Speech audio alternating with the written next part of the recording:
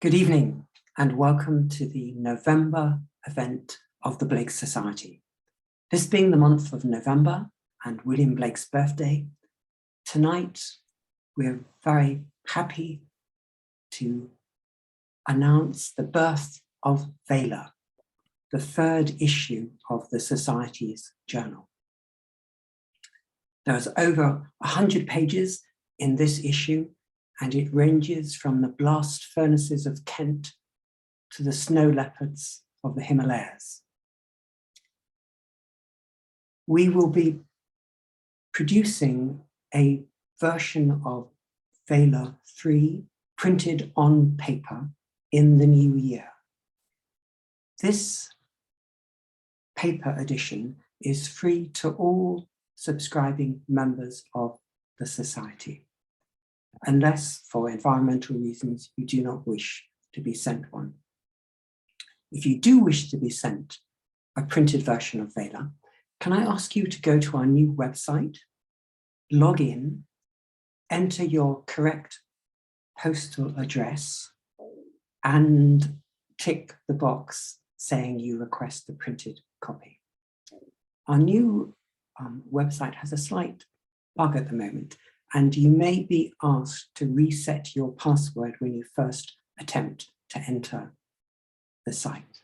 Once that is done, it's a very simple form to fill in: your name, address, details, and whether you wish to receive VALA issue 3. And now I would like to hand over to the team that have created this wonderful new issue of VALA. So may I invite Sibylla, John, and Jason to take the stage. Thank you everyone for coming tonight.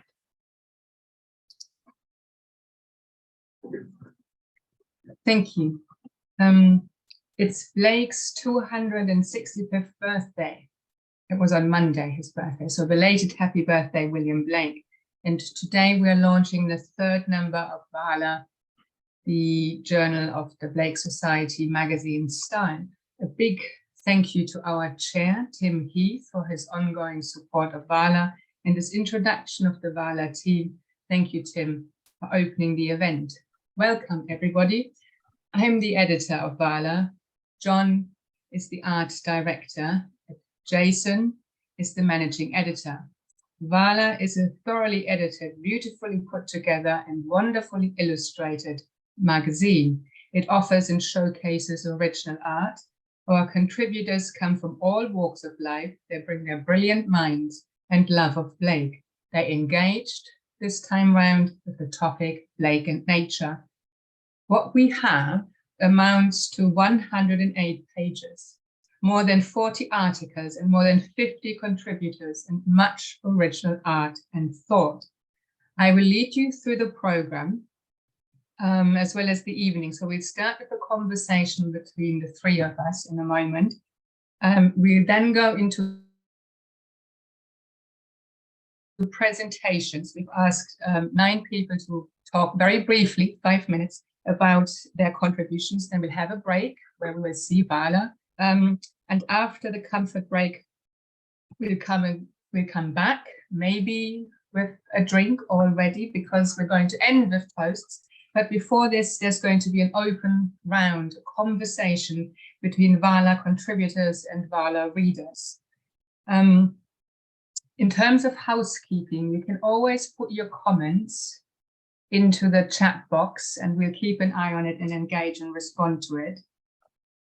During the open round, which is after the break, you're also invited to speak and you can raise your hand and then we'll call on you and invite you to speak. But as we go along, please always feel free to comment. Let's begin. So, John and Jason, I think we're getting the title page now. VALA in all her beauty. And then maybe the contents page as well. This is something I want to say at the beginning is it's not possible to read all the details, but don't worry about this. They're just pictures to show VALA. You will find her online and you can read her in your own time. Okay, so let's return to Jason, John, and I, because I just wanted to ask my collaborators, my team, us, to very briefly comment on what it was like to make VALA number 3. So Ian, if you could show us 3 again, that would be great.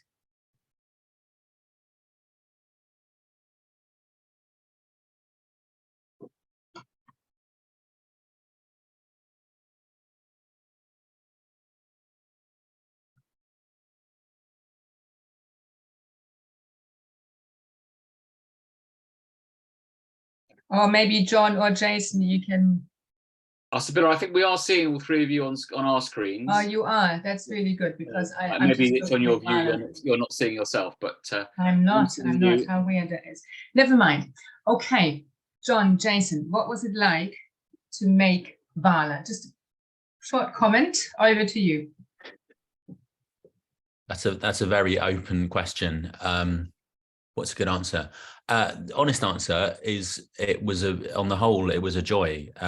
It's wonderful just to see this stuff coming in, both the writing and the artwork, and then a bit further down the line to see Jason's designs once they start happening. So yeah, it's wonderful.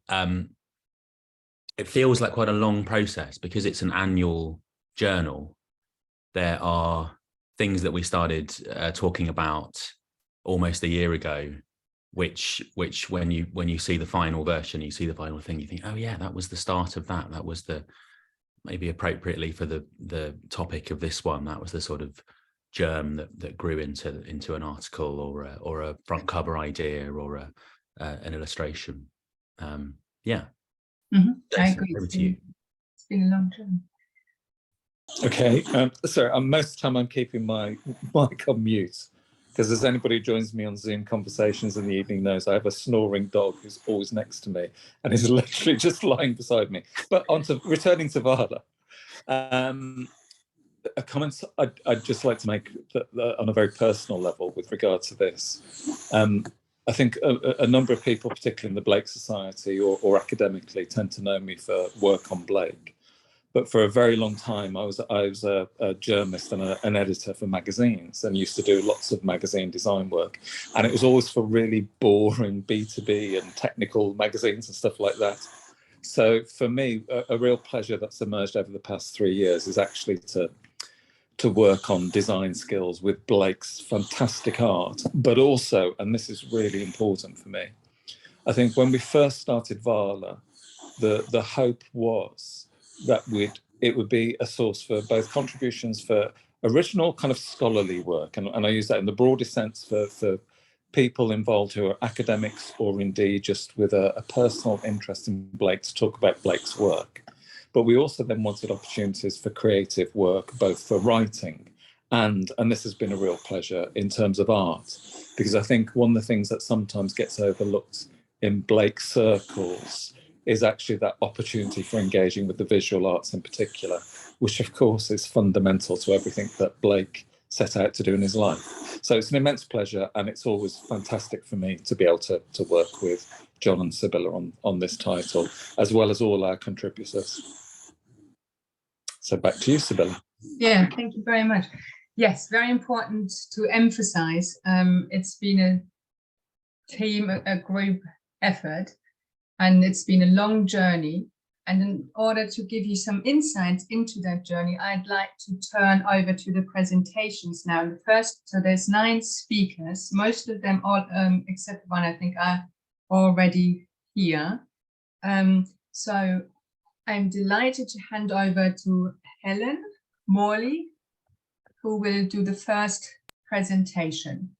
So I'm going to make myself invisible and disappear. And Helen, if you... Hello, thank you. Well, I'm a book artist amongst many other things, and I make very limited edition hand-bound books. And I was invited by Sibylla to submit some images. for the VALA, and I thought, well, I've got to make it into a book. So I went and got a grant and worked it up into a handbound book, which was launched a couple of days ago on Blake's birthday, which is also my birthday. And so I've just got a short presentation of a bunch of photographs of how the book was created and what inspired it. For many years, I used to manage nature reserves, so I'm always drawn to swampy places, and Ian's just going to click through this photo album. And I was living in Wigtown at the time and came across this 200-acre Carscowan peat bog, a habitat I knew nothing about. So I just sort of lurched there for 3 months, just walked around pretty much every day. At the time, a friend of mine was dying, so I was very interested in the idea of this bog that was growing through matter that was dying. It grows about 1 millimetre a year in height. So I was thinking about that, and I was looking at these very bizarre shapes, and I'd started to do some drawings on site, and I started to do some monoprints. And the site is also, these strange buildings are all over the place. It was a World War II black powder factory, which is where they made gunpowder during the war. So it's just this very strange site, totally deserted. I hardly ever saw anybody else there. And then I also came across a quote by Blake, which really sort of got things going, which was, "Would to God that all the Lord's people were prophets." And I remember thinking that's almost an invitation. And as a woman, I wonder if he would have recognized that as an invitation to the women of his era. And I started to think a lot about Catherine, and I'd been to one of the previous Zooms that Jason had run, and he was talking about how academics had really only just sort of cottoned on to the amount of work that Catherine had done to support Blake in his process. So I just started to think about what might Catherine say if she were here? What, if she were a prophet, what would she say to us today? And it was just a leap of imagination. And so all these different ideas sort of came together, and a book arrived. So the book is hand printed. I use an extremely laborious process, I think pretty much the one that Blake himself rejected. And it's all hand composed movable metal type. I don't use an infernal process. These are plastic engravings, which is a very modern material, but it does drive me blimmin' nuts. So it is fairly infernal, but no chemicals are used. It's all hand carved. And these were just based on the drawings from the moss and trying to get the movement of the place. There are about 9 plates in the book in the end. And the images are printed in mossy green and peaty brown. And the poem is dedicated to my friend who did pass away during the creation of this book. It's covered in paste papers. These are the materials that I used to create it. And I think there's just a few more photographs of the inside of the book itself. But it was an extremely fun project, and great to be able to produce new work for the VALA magazine. It was a real honour to be asked. So thank you ever so much. Great fun making limited edition books, slightly mad in this day and age. There's supposed to be 50 copies, but I stuffed up a few, so there's not quite 50 copies, but I'll get better at it. I'm still learning, but it was great fun, and thank you for asking me to be part of it. Thank you, Helen. And if I could hand over to Tristan, who's our next contributor, please. Hello, I'm Tristan Connolly. I'm an academic specializing in Blake. Helen, what a beautiful book and happy birthday. My birthday was on Friday. I'm not as close as you to having the same day as the great man. But as a specialist in Blake who has been thinking about Blake and plants for a while now, I was very happy to be involved in this issue of VALA. I find something just magical always happens when I shift my attention away from human centrality and turn my thoughts and my imagination to non-humans. But something really magical happens when one does that with Blake. The human form divine is supposed to be the center of his mythology, but once I start looking, there are non-humans galore. And yet, the animals and the plants humanize, while the humans vegetate. I've been thinking about Erasmus Darwin for a while now too, Charles Darwin's grandfather. It was Blake actually who first led me to Erasmus Darwin, and I find the connection just tantalizing. My favorite work of Darwin's is the most sensational one, the vegetable soap opera that is The Loves of the Plants, but it was for the more serious first part of the Botanic Garden called The Economy of Vegetation that Blake made illustrations. But there are so many personified flowers in Blake that just beg for comparison to the animated stamens and pistils of The Loves of the Plants. Darwin's personified plants aren't as talkative as Blake's are. They prefer to arrange themselves in tableaux, but one thing they do definitely have in common is desire. For the conservative writers who made fun of The Loves of the Plants when it came out in 1789 and afterwards through the 1790s, such as the writers of the Anti-Jacobin who wrote the admittedly really funny and really witty parody called The Loves of the Triangles.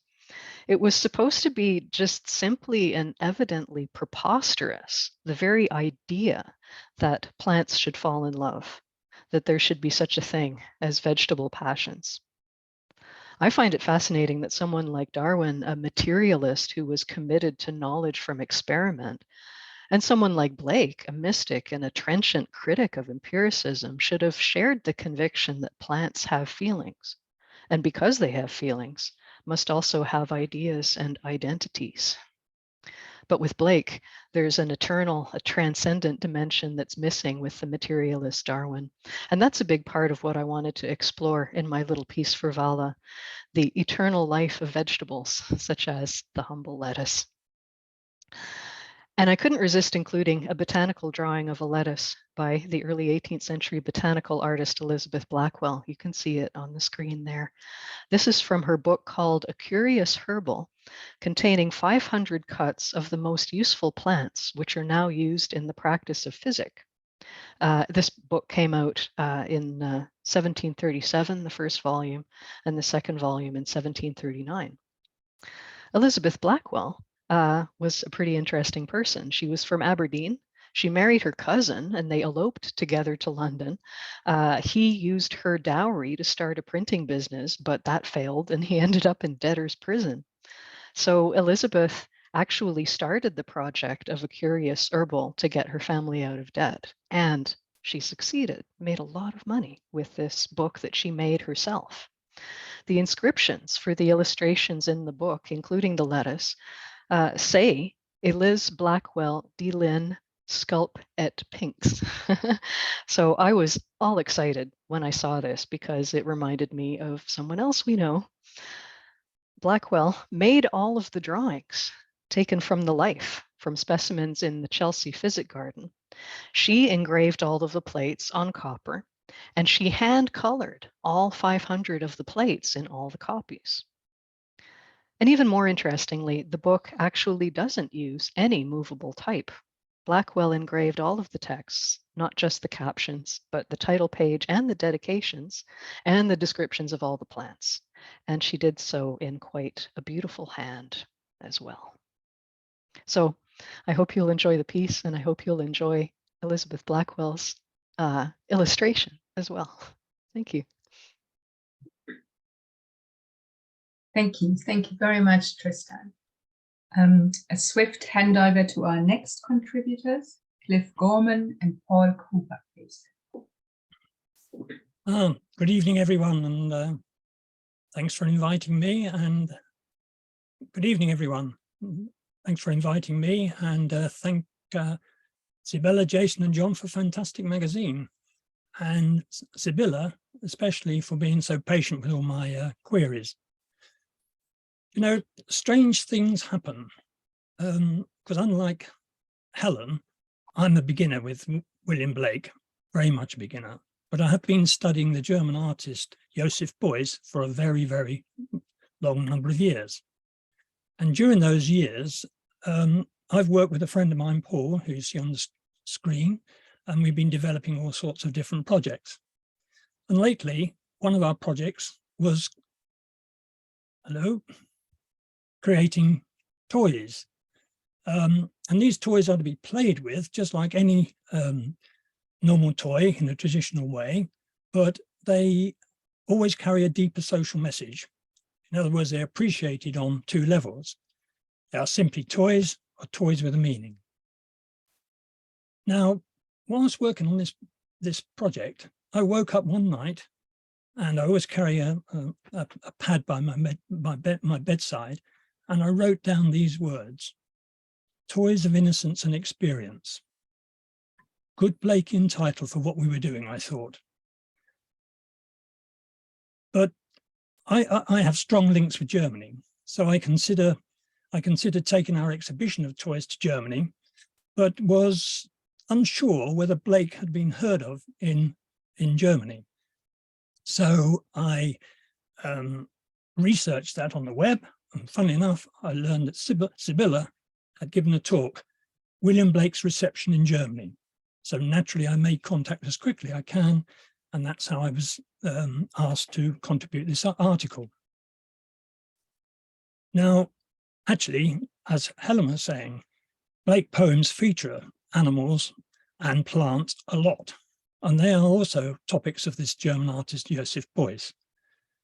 And last year happened to be the anniversary of his birth, well, the centenary of his birth, sorry. And also last year, there was a lot of talk about planting trees. So in celebration of Beuys' centenary and this, Paul created a puppet show called Joseph the Giant and the 7,000 Trees. Now, this is based on Beuys' social sculpture called 7,000 Oaks, Forestation Instead of Administration. And for those who are unfamiliar with this, I'd like to just show a few pictures. Could I please show these pictures? You'll see here a museum in Kassel in Germany. And as part of Beuys' action, he dumped 7,000 really large basalt steels in front of the museum. And the action was, if one of those steels was removed, then an oak tree would be planted. And this happened right throughout Kassel. And now, if you look at Kassel now, I hope you can see these. The village, the town is full of oak trees planted. You can see on what is my right-hand side, how all the stones were distributed originally. And you can see from the winter picture that for every oak tree planted, one of the removed stones was positioned by it. Now, both of our projects are now going to be illustrated by Paul. So if I can hand over to Paul, please, maybe you can show some of them.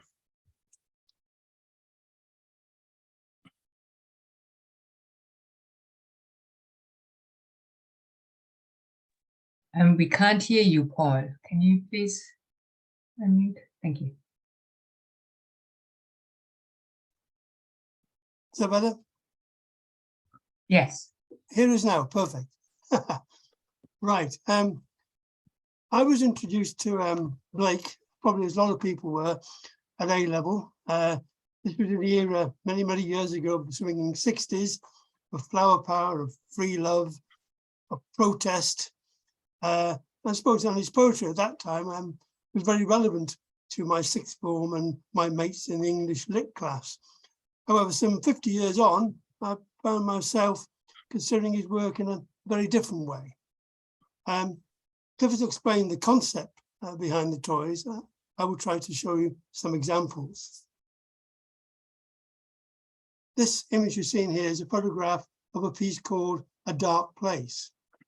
Now, it's a phrase that is commonly associated with depression. What you see Looks like an ordinary suburban style doll's house. You might like to open this and look inside, but your access is blocked. It is secured and impenetrable. You can peer through a window, but inside it's pitch black. After a while, your eyes adjust to the darkness and walls, doors and furniture, all discernible. Then a light flashes on in the small front bedroom, and you hear a notification tone. You look inside, and the source is a mobile phone. It's the same size as the toy single bed it rests on. There is a message.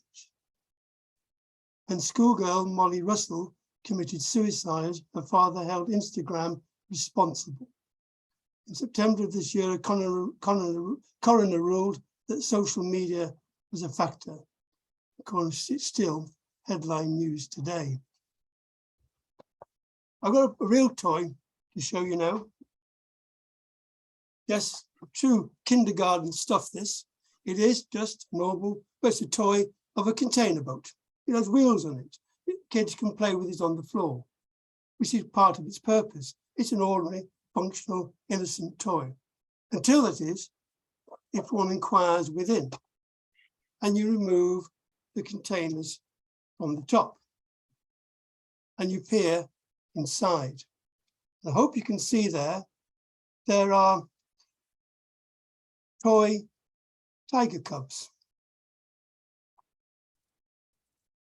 They're in a dark chamber, and they're hidden and compressed and held in place by an iron cage.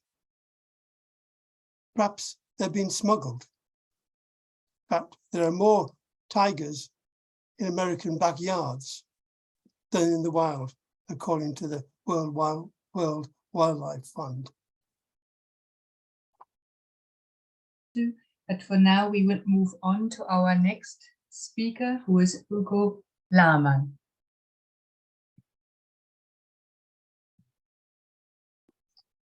Hello. Oh, hello, everybody. I'm pleased to be here. And thank you so much to the Blake Society for hosting this and bringing us all together, and for Sybil and the team for producing VALA 3, which I've only just begun to appreciate and look at. My contribution to the magazine is a conceptual paradise garden based on the works of William Blake, and the four zoas in particular. And here we can see it on the screen. A little bit of introduction here is I am a landscape architect by profession, and I've been doing that for many years. I'm also a student and follower of Blake, and I've been sort of working on that since I was a teenager. I was very interested to see Sibylla's piece about the ghost of a flea and the impression that it made on her. And I had a similar experience in the Tate Gallery with Blake's work when I was a teenager. And so I've been playing with these ideas for a very long time. What we're looking at here is a conceptual plan. You know, it hasn't been built, but I designed it so that it actually could be built. And I brought my experience with materials and scale, and really thought about how this could be actualized. So I'll take you on a little walk into this garden. It begins on a path beneath a big oak tree. And when you first encounter the garden, all you can see is a grassy hill. These circular lines are contours which describe a hill.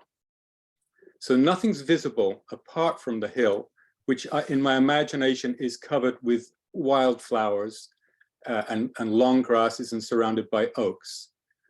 So as you proceed down the path, you pass 9 standing stones and you arrive at the entrance to a tunnel, which you can see illustrated on the left-hand side of the drawing there. The tunnel has a low lintel, which forces you to bow down as you enter a very constricted tunnel. It's a dark place, and you proceed forward, reaching eventually a set of stairs which leads you up into the light, and then you enter the space. The space is sunken into the top of the hill and has retaining walls all the way around it, made of massive dry stone boulders that have a cyclopean feeling to them. The garden is oriented to the cardinal points, north, south, east, and west. And at each, these correspond to Blake's zoas. In the north, we have Earthona. In the east, Luva. In the south, Urizen. And in the west, Tharmas. In the center of the garden, there's a deep well of still water that would reflect the sky. So whilst the garden is very geometric in plan view, in my imagination, it's when you would actually be in that space, it would be overgrown with flowers and plants and vines and trees, and very much in the spirit of Blake's illustrations of plants, and perhaps even having some of the plants that famously grew in his own garden in Lambeth, such as the vine, the grapevine, and the fig tree. So, why is this a paradise garden? Well, that is based on a very old tradition, which comes from all over the world, actually, because people have been playing with this idea of paradise gardens in parallel through all kinds of cultures. In the Judeo-Christian culture, we have the 4-square garden based on the 4 rivers of Eden. In the Buddhist and Hindu world, we have mandala forms, which are also four-directional, often with a square center surrounded by a circle. This also resonates with Blake's image of Golgonooza, the city of imagination, which was also four-gated. So that gives you a general impression of the garden that I've imagined here. This piece took a long time to make. I think it's 96 to 2002, and then it was revised again in 2010. So it's not just a plan that I drew up straight away. It evolved, it grew, and it mirrored my understanding of Blake. For instance, at the beginning, I didn't know about the 4 zoas. Maybe it was something simpler, and I was surprised to find that when it reached its final form, it was actually extremely traditional. So a mandala form, a paradise garden form, and this sort of surprised me because I didn't start out with that. I started out with it being very personal and idiosyncratic, and it worked its way towards being traditional. So that was a discovery in and of itself. And part of that journey was, at some point, I realized that I had, that the poet, the late poet and Blake scholar, Kathleen Raine, had actually been one of my guides in understanding Blake for a very, very long time. So I looked into one of her, relatively recent books and saw that her birth date was in 1909, but there was no death date. So I was unclear if she was alive or dead, but I thought, just in the spirit of gratitude, I would write to her to say thank you for her guidance. And to my absolute amazement, she wrote back, and this turned into a small correspondence. She would send these little note cards to me.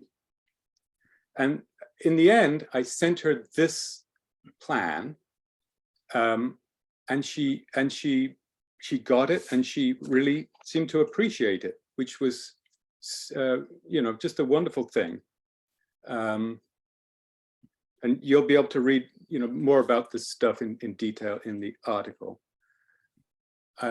Maybe I'm running out of time now, but I would like to say one thing about something that I've come to really appreciate about Blake and nature and the environment, which is that Blake had a vision about our fall into materialistic thinking. And I think it's critical now that an environmental crisis is upon us, that we have to understand that we can't heal the outer world without healing the inner world. And Blake offers us a way to, in his words, cleanse the doors of perception, which is really a critical step in the fight to save ourselves and the world. So I'll end on that, and I'll end on a big happy birthday to William Blake. Thanks for listening. Thank you, Hugo. There's a few comments for you as well in the margin. Our next speaker, let's move to our next speaker, who is Tamsin Rosewell.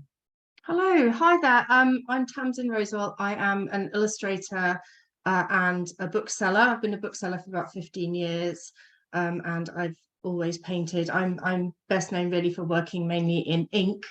And of the two contributions I've made to VALA this time, only one of them is in ink, which is the illustration to Annalisa's piece on Leica, Blake's Wolf Girl, but that's not the piece I'm going to talk about. Just for a few minutes, I wanted to tell you a bit about the painting which I've called Soot Tiger, which illustrates a piece written by a wonderful author called Penny Crimes, and it was actually her novel called Tiger Heart that inspired me to paint this particular piece. I didn't use ink for this. I actually went out of my way to I was really interested in Blake's London and the atmosphere of what it would have been like in Blake's London. I'd spent a lot of time looking at images, particularly Gustave Doré was illustrating London in very great detail about 50 years after Blake's death, which is fairly close in terms of what it would have looked and felt like. So I used a lot of his images.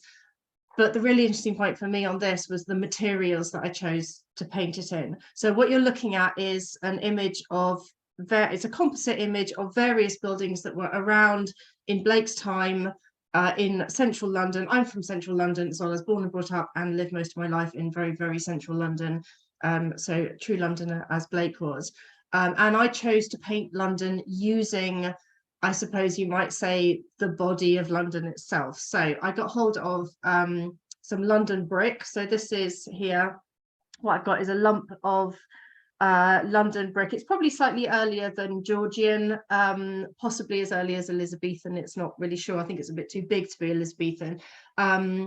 It was fished out of the Pool of London. So after the war, when all of the older buildings, many of the older buildings have been destroyed, they were clearing the way to make new buildings, and a lot of that brick was dumped into the Pool of London along with a lot of chalk. And inevitably, perhaps at some point, it had to be removed again because it was blocking the traffic along the Thames. And a paint company fished out, and so the best quality brick they removed, and my instruction turned it into pigment. So I painted London using a paint that was actually made from this London brick. And what was really, I mean, it was, I have to say, it was hideous to work with compared to ink. I'm going to try and not pour it all over my my laptop keyboard, but I don't know if you can see how gloopy it is in there. It's like, it was like painting with kind of congealed gravy. It was extremely unpleasant. And what was interesting, it went on a really bright salmon pink, and when it dried with all kinds of shadows in it and lines in it that I'm very sure I didn't put there. It was almost like, you know, the ghosts of London were coming out into the painting. I realized I needed white in there as well, so I got some London chalk. This is also from the Pool of London, and this, if anything, was even more hideous to work with. Now the brick, I don't have the means to grind it up and make pigment myself, so a company called Wallace Seymour did that for me. But the chalk I used a pestle and mortar, and I bound it into an acrylic paint. It's incredibly messy to work with and very, very drying. So, you know, by this point, my hands were dried out. I was having to wear a mask because of the brick dust and the chalk, which are now covered all over my hands from doing it. And then I realized I needed black. I wanted to paint that tiger across the end, right at the end of the process. I wanted to almost print it on and press it in, like a little bit like a stencil, but more like a printing process, I suppose. So I got some soot from a friend's chimney up in Clerkenwell, and in this was, if anything, this was even more hazardous because soot can be an extremely hazardous material. So I ground up the soot, I mixed it into a colourless ink, and I used that to press the pattern of the tiger onto the top, and then painted it in by hand to look like smoke. So that the process itself was interesting. Somebody commented to me on my social media that it was a little bit like a golem, you know, painting London in the body of London itself. I was sort of grinding up the bones of London to create this image inspired by Tiger Heart, which I think evokes Georgian London incredibly well. So I will leave it at that, but do have a close look at Soot Tiger as you're browsing through VALA. Thank you. Thank you, Tamsin. Our next speaker is Andrea McLean.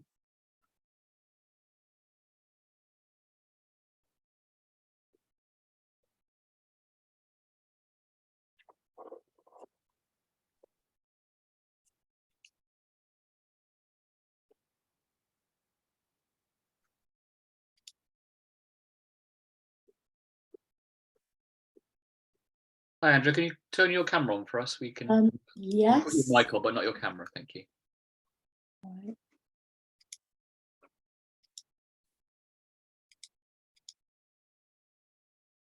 I wonder why it's not coming on. We can hear you. So do you want to just go ahead and I'll run the slide sequence and we'll just have your voice. If that's okay. I think I do need my camera on, but I can't see it there. It's got my little, why wouldn't it be there? Not sure. Oh. Let's run your slide sequence, and I may have to reset you to get your camera on. But yes, there's no place to put it on. Oh, hang on a minute, I found it.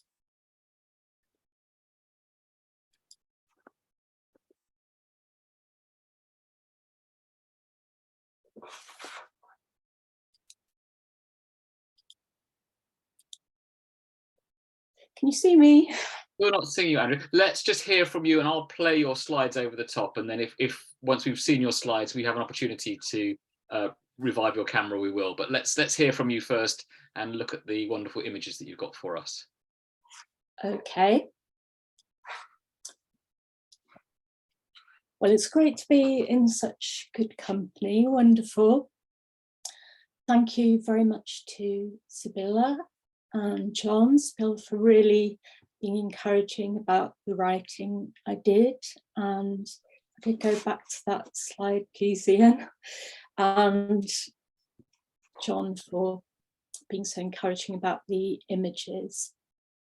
And also I really wanted to recognise Blakins I've been talking to over the year, Helen, Steve, Emma, Angela and Debbie.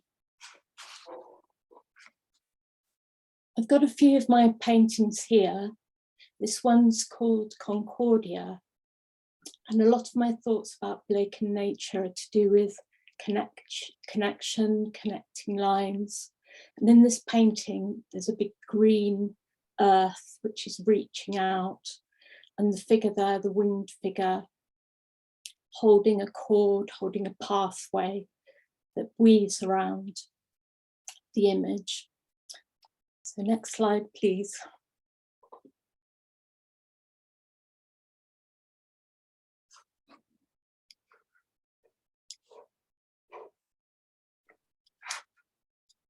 Here's the painting I did quite a few years ago, the circular one. It's in the British Library and it's a Mapamundi painting, and in the centre of this is this cog-like Jerusalem. And there's a golden string that leads to it. So while I was painting the Mapamundi in Hereford Cathedral, I was thinking about Blake a lot, and that came through in the painting.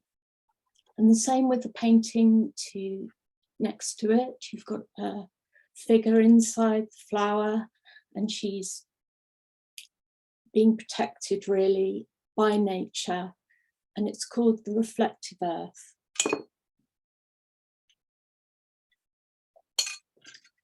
So in my paintings, often I'm painting in layers with a lot of detail building up, but keeping light coming from behind the painting.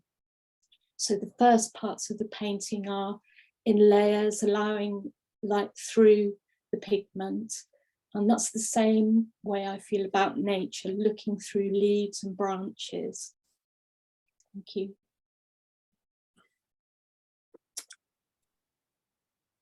Could you do the next slide, please, Ian?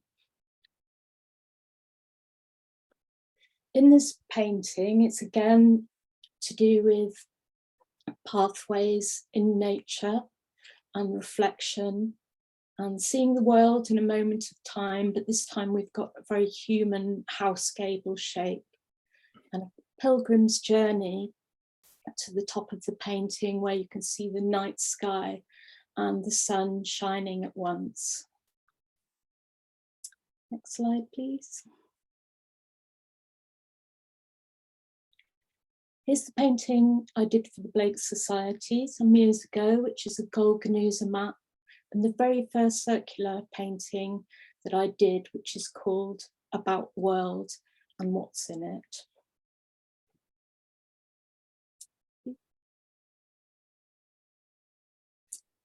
Can we have the next one? Here's the shield painting, the circular one. And when we can, I'd really like to show you, hold up the painting that I did for the journal, which is a shield painting as well, made for the centre of the journal. But this one is one I can actually hold. It's on panel. And as you can see, it's got a kind of cosmos feel about it, the radiating feel of it.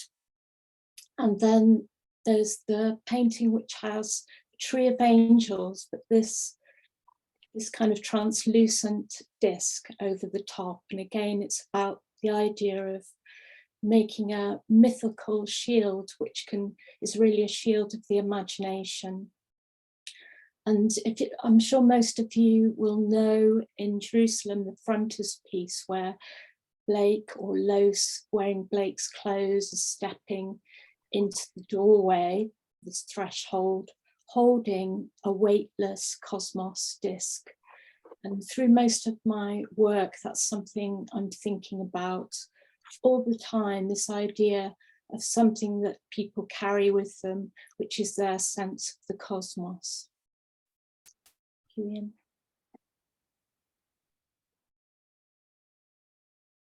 Here's the picture that's actually in the journal. So you can see some folds on it. And this really was done over months. There's some gold leaf on it, collage painted over. So in it, I was almost trying to find a diagram which would have a lot of strength for me and make something which I felt was a collection of symbols making an idea of the world in itself.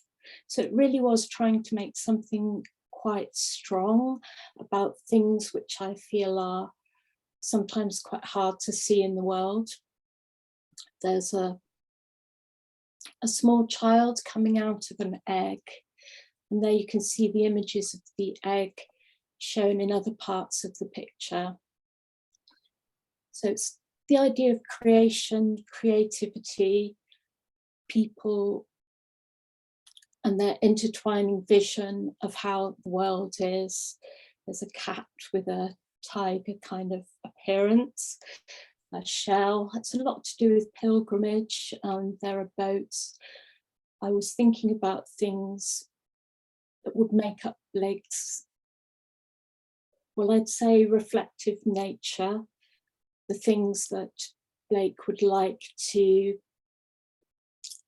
be with him perhaps at certain times, meaning it's a kind of pilgrimage map, a spiritual pilgrimage map.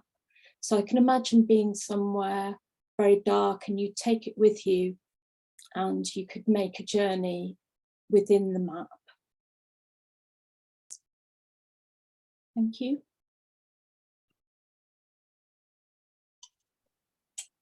Here's the plate that for me is so important to do with Blake, nature, and a way of seeing the world.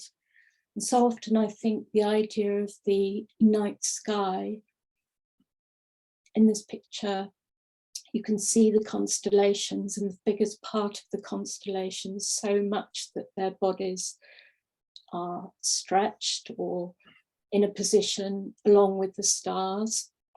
And they've got those linking strands between them onto the earth. And most importantly, despite being lit by a kind of otherworldly warmth on their face, their feet are touching earth, and they've got the doorway again, a golden kind of doorway.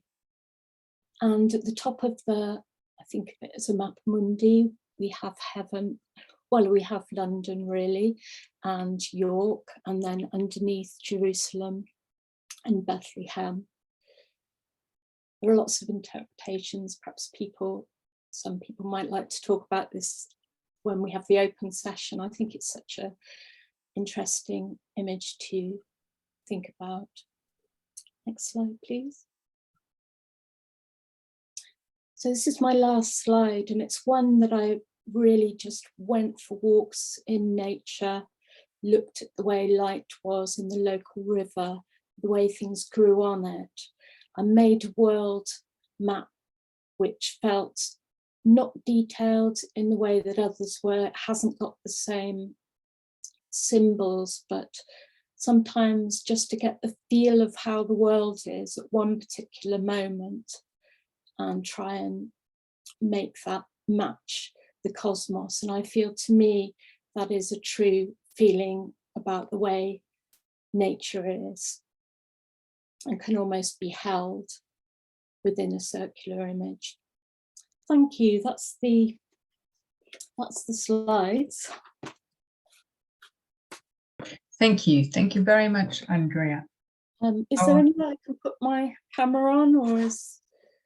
Andrea, shall we try and resolve that in the break? And if we can, then we can hopefully show your images in the second half. Oh, lovely. Yeah, that'd be great. Thank you. Mm-hmm. Thank you. Our next speaker is Stephen Pritchard. Hello, everybody. Gosh, what a wealth of riches we've had so far. I really would like to thank Sibylla for being so supportive in the writing of this article, and of course to John and Jason for their wonderful design work. My piece concerns 4 gardens and the nature of time. I think the garden is both a symbol and an actualization of nature, transformed by imagination. The fourth garden, by the way, remains off stage, perhaps in the future. I'm very happy to talk about that if you want to know what the fourth garden is. It's not in the article. First garden is the Garden of Eden. We see Adam and Eve here, as in Milton's Paradise Lost, where expulsion from the garden results in human alienation into a dangerous world and the corresponding disenchantment of nature, which of course for Blake is not a loss of place or grace, but a lapse of perception, a contraction from eternity into time. The second garden is the Blake's garden at the cottage in Felpham, and Blake's poem Milton, of course, is set there. In Felpham, Blake experiences an eternal moment triggered by a lark and the herb wild thyme. But he also suffers from commodified time, moving very slowly, which he describes as the mere drudgery of business, as his patron Haley gives him more and more commercial work. And abstract time, Blake of course hated abstraction, which moves faster and unproductively. The third garden is my own garden, experienced in lockdown in the time of COVID. And the experience of nature that I had there, which I think a lot of people felt during lockdown, a feeling that I'd not had since childhood, a more innocent time, being much more in the moment and one with nature as I watched the bees working on rosemary flowers and the birds flying to and fro to the feeder. I also reference, in relation to that, Lisa Suckett's thesis, The Coronavirus and the Temporal Order of Capitalism, how the pandemic, in her thesis, shifted perception imaginatively and made apparent the extent to which time has become commodified and how capitalism can steal our lives. We do, after all, trade in futures, and but money can't really buy you time. I introduced passages from Carl Jung at one point as a parallel text to Blake's Marriage of Heaven and Hell, where he talks about the ancient poets.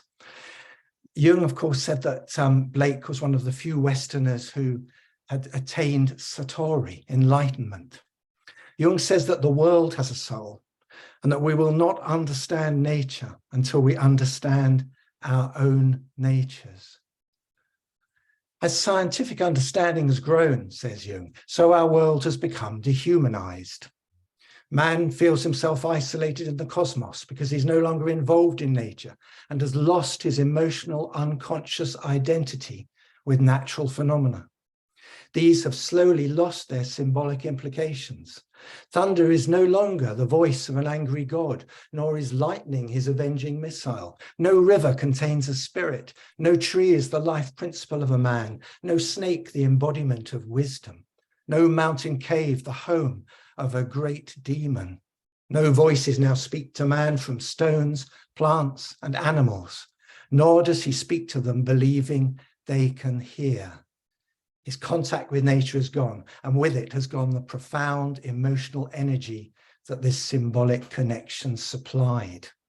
Jung goes on to say our present lives are dominated by the goddess reason, who is our greatest and most tragic illusion. And this from a scientist, psychologist. By the aid of reason, so we assure ourselves, we have conquered nature. We are, that's in inverted commas, we have conquered nature. We are courting disaster. When Jung writes of reason, we think of Urizen, if we're Blakians. VALA has become the discourse of nature under Urizen, the selfish father of fear, Urizen, as significantly Earth calls him in Earth's Answer, in Songs of Experience. VALA as an emanation separated from her Zoa, Luva, becomes for me that obscure object of desire. She veils nature as a play of surfaces, as the shadowy female. She veils the mystery of the inner sanctum of the temple. Her veilings are like Salome's dance of the seven veils. And Albion, at one point, of course, loses his head to VALA. He falls for her, metaphorically, just as John the Baptist actually loses his head. Next slide, please. Next slide, Ian. Kevin Hutchins in Imagining Nature calls VALA the commodified object of masculinist desire. Under Urizen's patriarchy, nature is cast as a female to be used, ravaged, exploited, conquered, the rape of virgin territory. Blake's garden in Felpham becomes a paradise regained. On the cottage, please. Straight to the cottage, Ian. As a moment opens a portal in time, and in 35 lines of the most beautiful lyrical poetry, Blake describes the music of the birds of the dawn chorus, led by the lark, and the sweet dance of herbs, flowers, and trees, initiated by the wild time. These sensory triggers liberate his imagination. His true nature as a visionary is restored, and the poem and poet inspired in that moment. And what I particularly love in Blake's garden with the lark and the wild time was lark, the word lark, the bird, but the word lark by 1805 had come to mean wild play. And the wild time is time liberated by imagination into that, through that moment, that portal into eternity, which makes Blake completely at one with nature at that point. Thou perceivest the flowers put forth their precious odours, and none can tell how from so small a centre come such sweets, forgetting that within that centre eternity expands. Thank you. I hope that's piqued your appetite and that you'll want to read the rest. Thank you. Thank you, Stephen. Our next speaker is George Laver.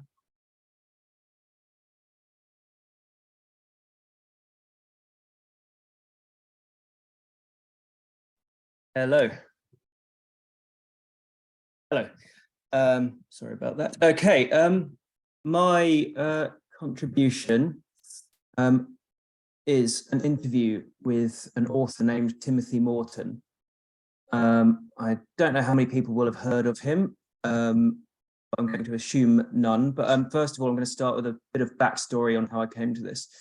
So I discovered Timothy Morton's work way back during my undergraduate degree. It was part of our introduction to literary criticism that we had to do a bit of eco-criticism. I think it was something that I was particularly interested in, and it's something that I ended up kind of looking around the library for, finding different authors. And first time I picked up one of his books, I found him at best quite confusing and at worst kind of provocative, needlessly provocative. One of the most kind of, one of his most provocative statements is the idea that when talking about the climate crisis, when talking about ecology, we shouldn't even use the word nature. He completely rejects the idea of nature. And if that has made your ears prick up, then I do go into it in the interview. So you'll have to read to find out what that even means. Anyway, he kind of faded into the background for me for a couple of years. And then I rediscovered him a little bit before my master's, when I become a lot more interested in Blake. And when I rediscovered him, I kind of realized he was saying things that I felt that Blake was saying in different words, but kind of saying the exact same thing. So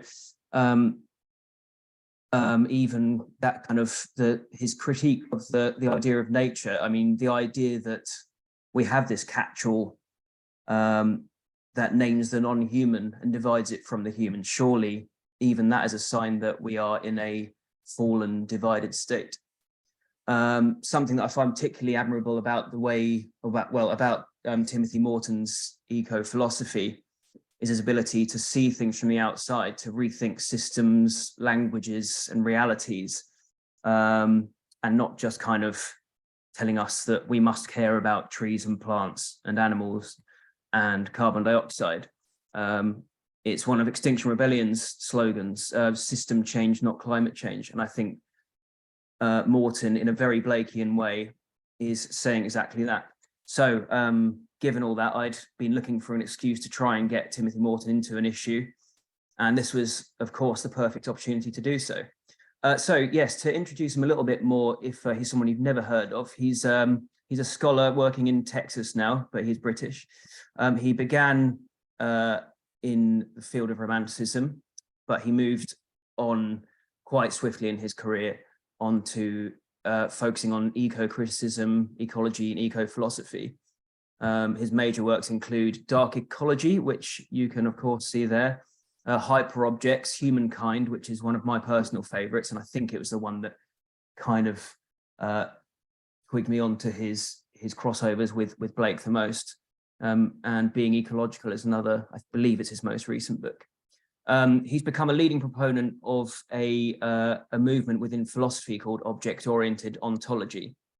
It's something that even I, to be honest, have still not entirely got my head around, but broadly speaking, this holds that there is kind of a fundamental, irreducible gap between what things are and how they appear to us.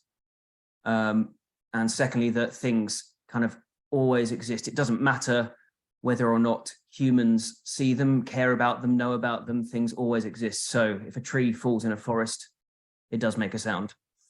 Obviously, as Blakeans, it's unavoidable that we have to be object-oriented. And this is something that Tim seemed to agree with. During the interview, he remarked that a book exists in the same way as me, a sentence, and a bunny rabbit. There's an ontological gap between what they are and how they appear. Blake constantly draws attention to the fact that we are reading a book. In The Marriage of Heaven and Hell, he makes us know that the devil is writing a thing and you're holding it now. So there is this incredible, well, between Morton and Blake, there's this incredible awareness of there's no better word, the objectness of things. He doesn't allow kind of books to disappear into kind of an abstract text. I guess they're always in some way an object. They're never an abstraction. Perhaps most pertinently though, and to my immense delight, if not entire surprise, was that when I contacted him to arrange this interview, I learned that he is working on a book about William Blake. His first book on Blake, and it was an entire coincidence. So as you can imagine, I was very surprised and very pleasantly surprised. Discovered that the book's called Hell on Earth, and he described it in the interview as his own version of The Marriage of Heaven and Hell, advocating for a religion scale response to the ecological crisis and also all of the other present day crises that we're currently facing. He described it as talking about finding superpowers within ourselves that we have learned to alienate onto God or a God or gods. And those superpowers are things like compassion, love, and solidarity. These are the things he believes that we need to mobilize on a religion kind of scale to tackle these crises. Kind of inevitably, it was tough to get everything that I wanted to talk about into one interview. I think there are sort of 10 to 12 questions in the end. There were obviously just so many parallels, ideas to cover. I mean, he even said when he was talking about his book, he just kind of put off writing a book just about William Blake for a long time because he said it felt like copying out the dictionary. So many of his ideas crossed over so directly. But I hope I came up with some interesting things to discuss. So we talked about hypocrisy and Blake's insistence on forgiveness of sin. I thought there was an interesting parallel between forgiveness of sin, forgiving hypocrisy. It's a very common sneer and one that I'm incredibly sick of against ecological activists, that we are hypocrites. So I was obviously very interested in what he had to say about that. And that's covered in there. The language that he uses in his new book, this kind of occurred to me to talk about because in Humankind, he he expands on this idea of his own called spectrality. Obviously, we know that in Blake, spectres are one very specific thing. And for Tim, it has its own very rich philosophical definition. So I was interested in how he kind of navigated this and other crossovers between his own language, his own kind of very distinct lexicon, and that used by Blake. And of course, in the spirit of the magazine, we even at the end discuss some of Tim's favorite pieces of Blake-inspired music. So for all the kind of interdisciplinarians here, that will hopefully be quite a fun part of the interview to read. Yeah, anyway, so kind of to sum up, for me, it was just incredibly rewarding, and I'm really grateful for the opportunity to have done this. And I hope it's equally rewarding and interesting for you, whether or not you're familiar with Tim. And I'm just very excited that Tim is kind of showing Blake as the ecological advocate that he is, that I firmly believe he is, and not the kind of enemy of nature that he's been held as by some critics. And certainly he can't be the enemy of nature if we get rid of the word nature altogether.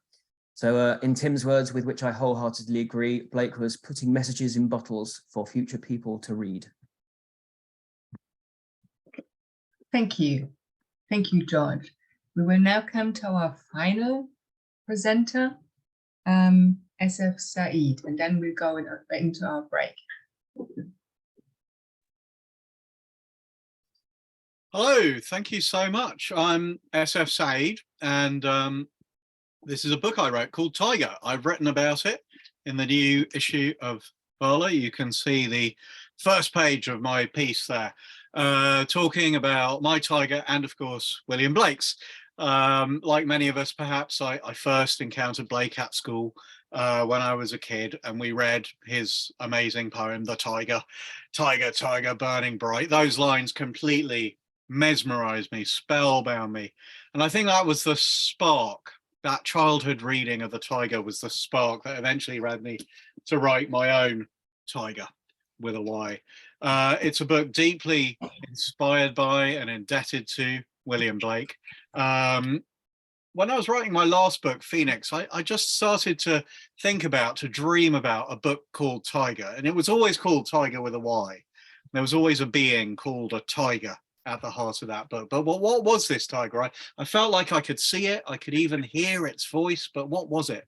To try to understand the idea, I went back to Blake and to the tiger and found all the magic and mystery that I'd encountered as a child, not only intact, but heightened by everything I could now, as an adult, bring to reading it.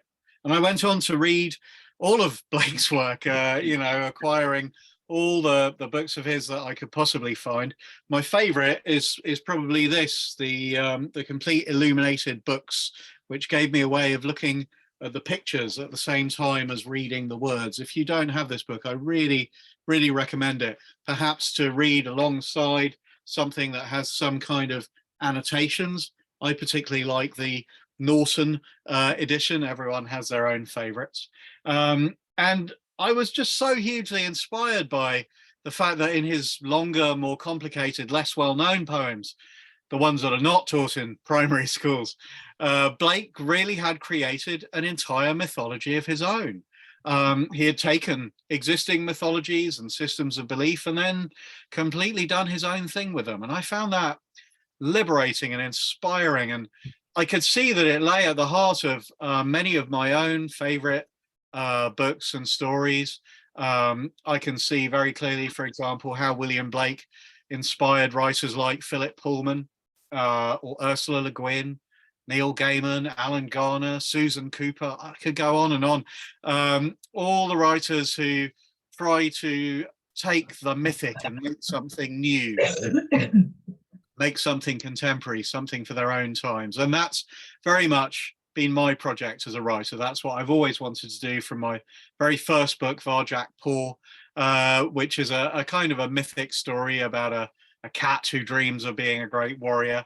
But I feel with Tiger, this is really the big one for me. This is one where I've taken a big step up. It took me 9 years to write this story. And in that time, Blake was an endless source of inspiration, not just his work, which, as I say, I keep going back to again and again, but also his life, the details of his life.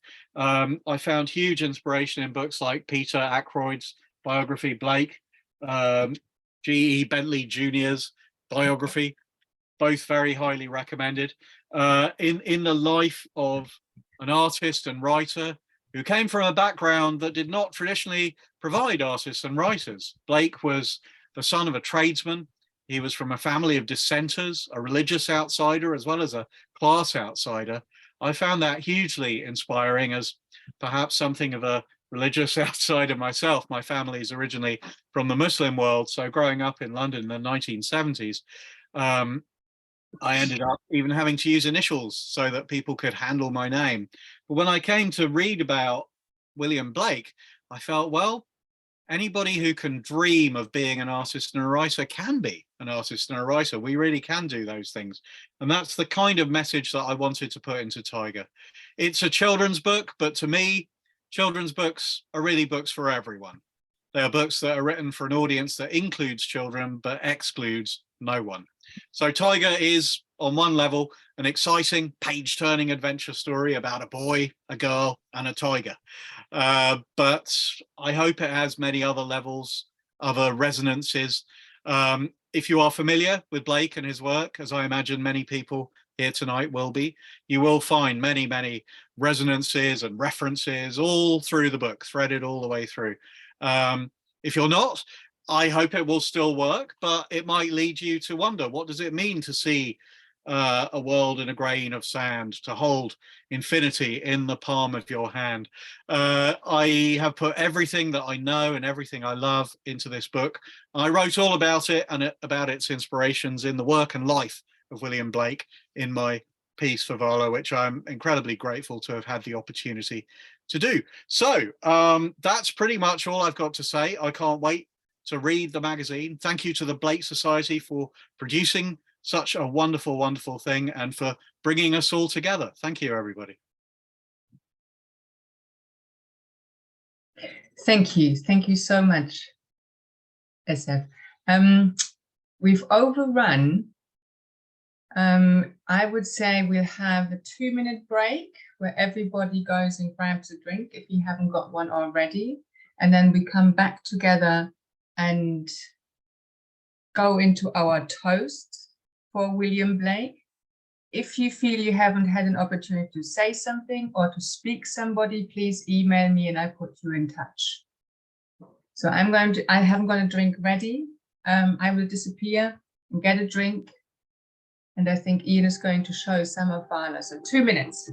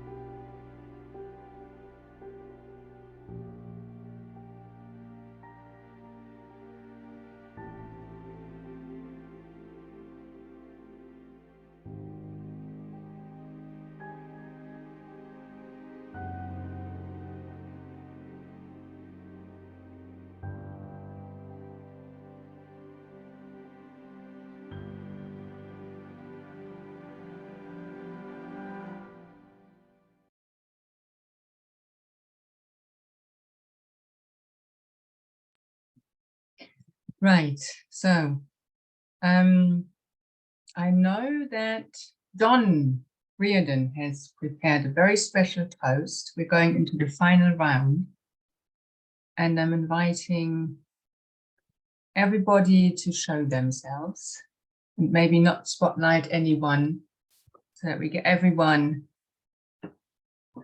together.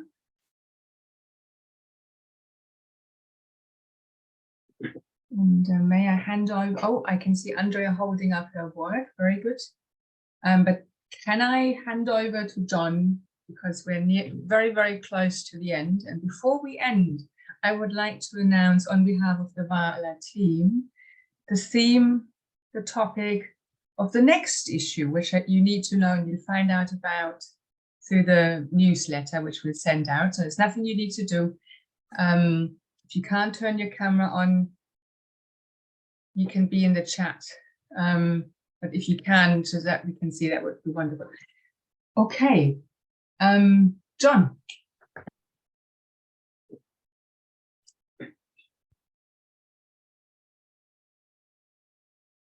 Shall raise my yearly glass of porter. As you can see, I've made a start on already. Just before I start toasting, if this is all right with you, Sibylla, I think as we're overrunning and there's so many people, I get in a sense still want to say things. We normally try and keep the meetings to an hour and a half, but I think maybe we'll just carry on a little bit over with this one, so people get a chance to say stuff if they want to. So maybe we could combine toasts and comments, and after I've finished my bit, maybe if you just want to raise your digital hand so that Sibylla or I can see you, and we'll invite you to speak. So Sibylla asked me to do the first toast to William, and like an idiot, I agreed. Oh yeah, I do that. And then this morning I thought, well, what am I actually going to say? And couldn't think of anything. And as I reached for my big copy of Erdmann, this, which I was using as a bookmark, fell out. Which I don't know if you can see. I'm not sure if I'm spotlighted or not, but it's the Grinling Gibbons font that Stephen and I were actually leaning against in a somewhat frightening manner last Thursday at St James's, manning the merch stall after the or during the concert at St James's. Anyway, and then perhaps even more foolishly than agreeing to do it in the first place, I sort of semi-accidentally wrote a poem, which I haven't done in a very long time. So please be kind. I'm going to read you the poem that I wrote this morning, and then raise my glass of porter, and then invite everyone to follow suit. Here we go. Untitled poem. The Grinling Gibbons font you were baptized in is formed into a marble tree. I like to think it is the tree of life that Eve sidles around, offering Adam a crisp Granny Smith. How many other babes were dipped in St James's cold holy sink that Sunday, embarking on their journeys down the river of life, hoping to reach 7 coils of the worm, hidden rivers covered over by London streets and clay. Recently, we've lost so many: poets, musicians, writers, my cat. Yesterday, the council came to chop down the tree outside my gate. We will remember them by what they left us: books, music, memories, a stump. We hope that they are somehow in eternity. William, your river burst through into sunlight after you had passed its length. Your tree blossomed into life with a little help from friends and ancients. Now we enthusiasts tinker around the edges of your city, drawing, singing, choosing newer kinds of fonts. Or, more bravely, we pack a lunch and embark, exploring the streets and houses within. There may be trees, rivers, spectres, or angels. A belated happy birthday to William Blake. Happy birthday.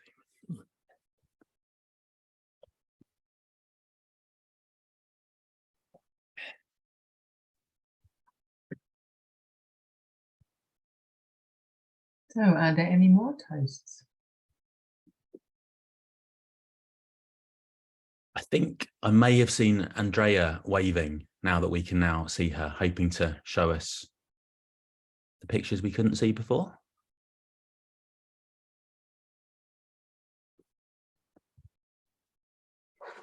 Yeah, just so you could see where it folds map. I was so pleased to be able to do it.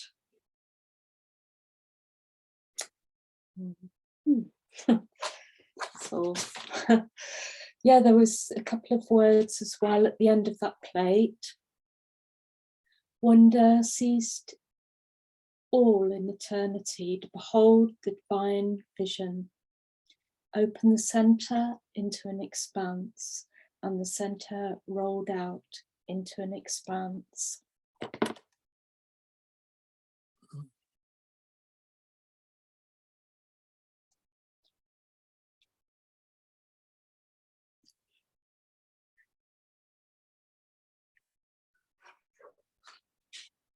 I can see Hugo.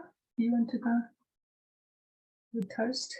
Yes, I'll give a toast. I'll give a toast to the Blake Society and Sibylla and the VALA team and all of the contributors and all the viewers and everybody that loves Blake.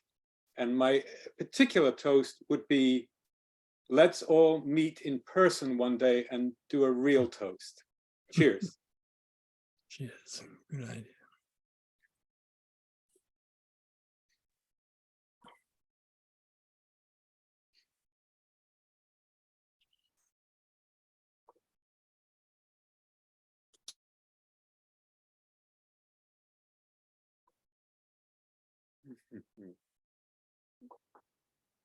Helen's there with her. I think you've got your banner, haven't you, Helen? Unmute.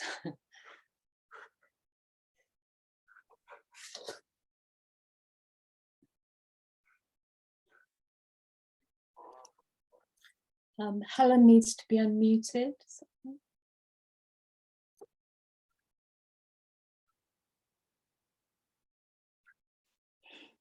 Mute.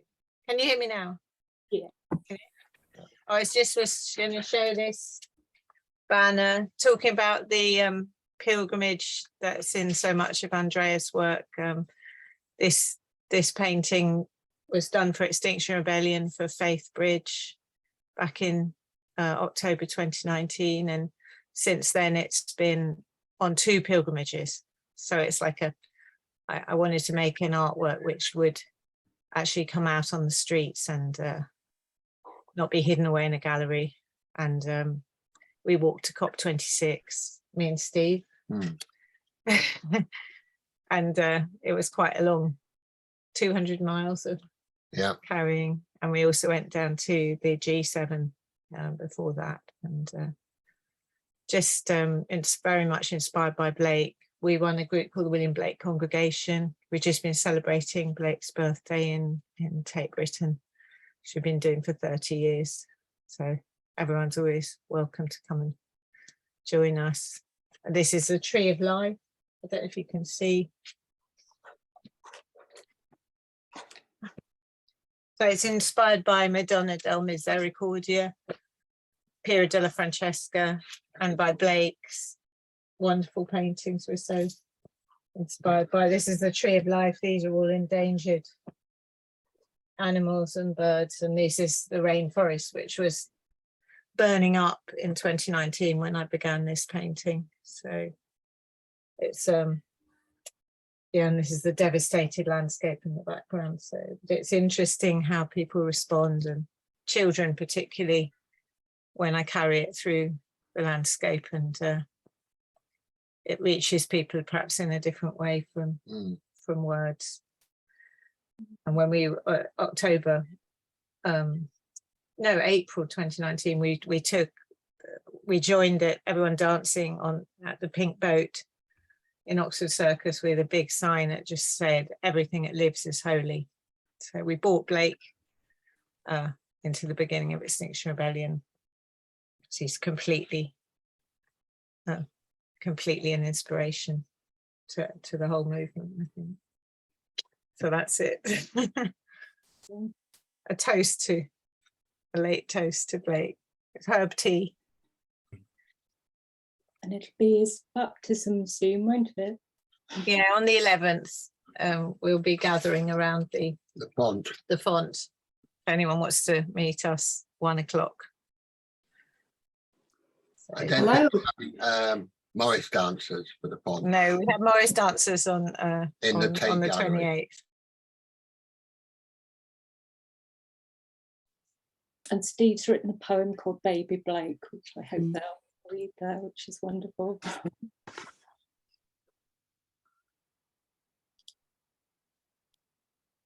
So I'm sorry, am I on now, or is it the William Blake congregation still?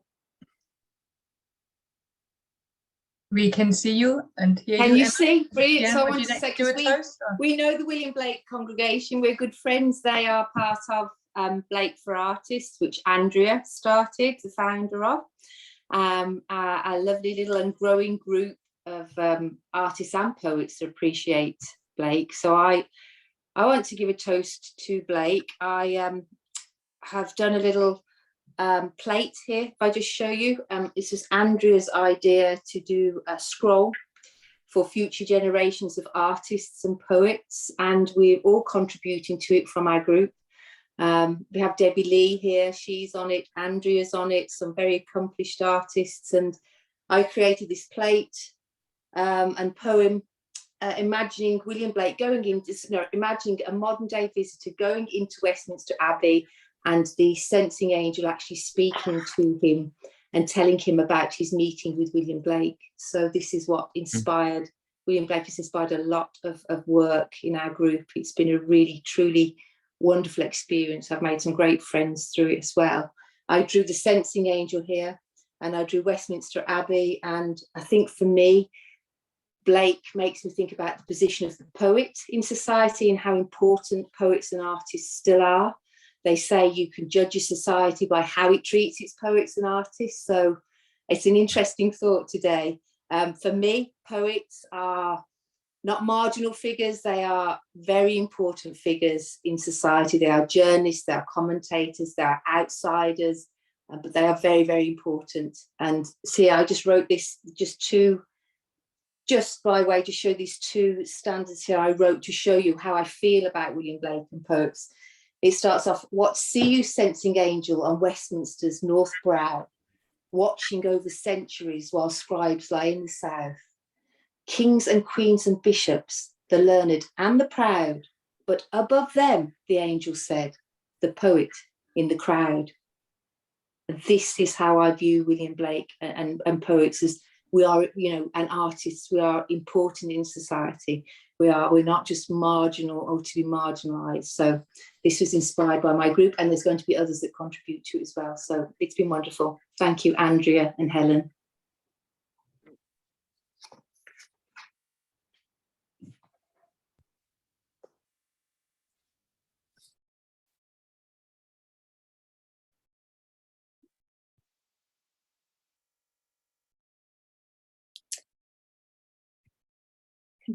Would Steve give it a toast as well? Does such good ones.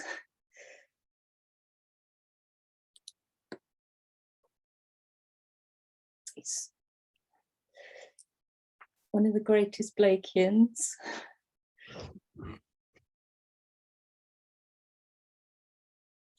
Can you unmute? Steve on mute. Yeah, he's yeah, unmuted. right. He's just got to come, he's not in the picture. Oh, I'm never in the picture. No. This is about Helen's picture.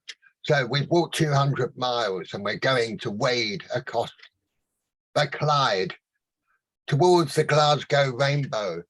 Hex to Bex, we're stuck in Bromwich traffic, rimming round below emission zone as a crooked car charges past us in a black cloud of choking exhaust fumes. I write the number plate down, but do nothing with it. We're 2 hours late for Sally's Wendy house by the Pegasus statue, and at last we rendezvous in Stafford. I haven't got to where I am today by being right in timing of anything. Sally smiles. I'm dead against right timing, she says, and I'm a wrong timing man as well. All my life, I've wrong-footed right time. We squeeze into the Blake-mobile, heading towards Glasgow, following the rainbow. Thin rainbows could be deeper, I mutter, but we drive into the crock of gold. Double rainbows, the end of the rainbows following us. We're rejoicing in the Camino to Cop. At last, at Las Mahalgo, we go and meet with our Caminos again, with hope in our hearts because we care, holding up Helen's banner to the rainbow.